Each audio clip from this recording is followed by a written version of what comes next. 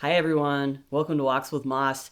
It's kind of a rainy day, so it's a perfect day to preserve some of my trout.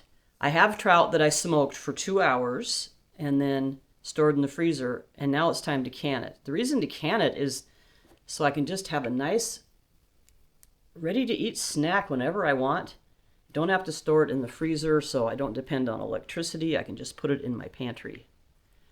So here we go. I'm going to be following the instructions from the University of Alaska Fairbanks Cooperative Extension Project.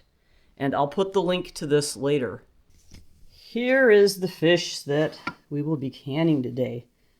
I lightly brined it and I added some brown sugar, did that overnight.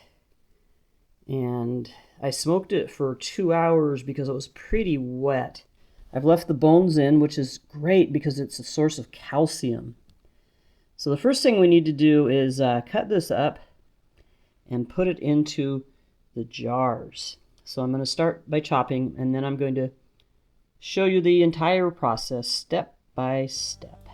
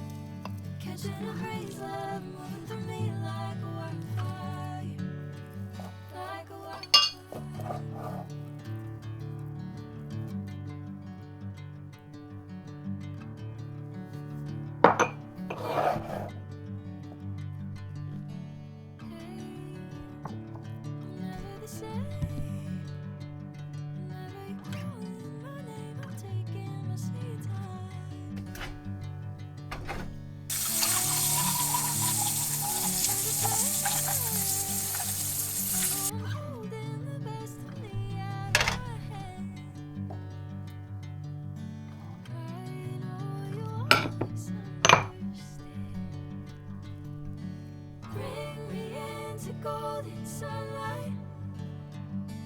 If I'm going with you, I know we'll get to the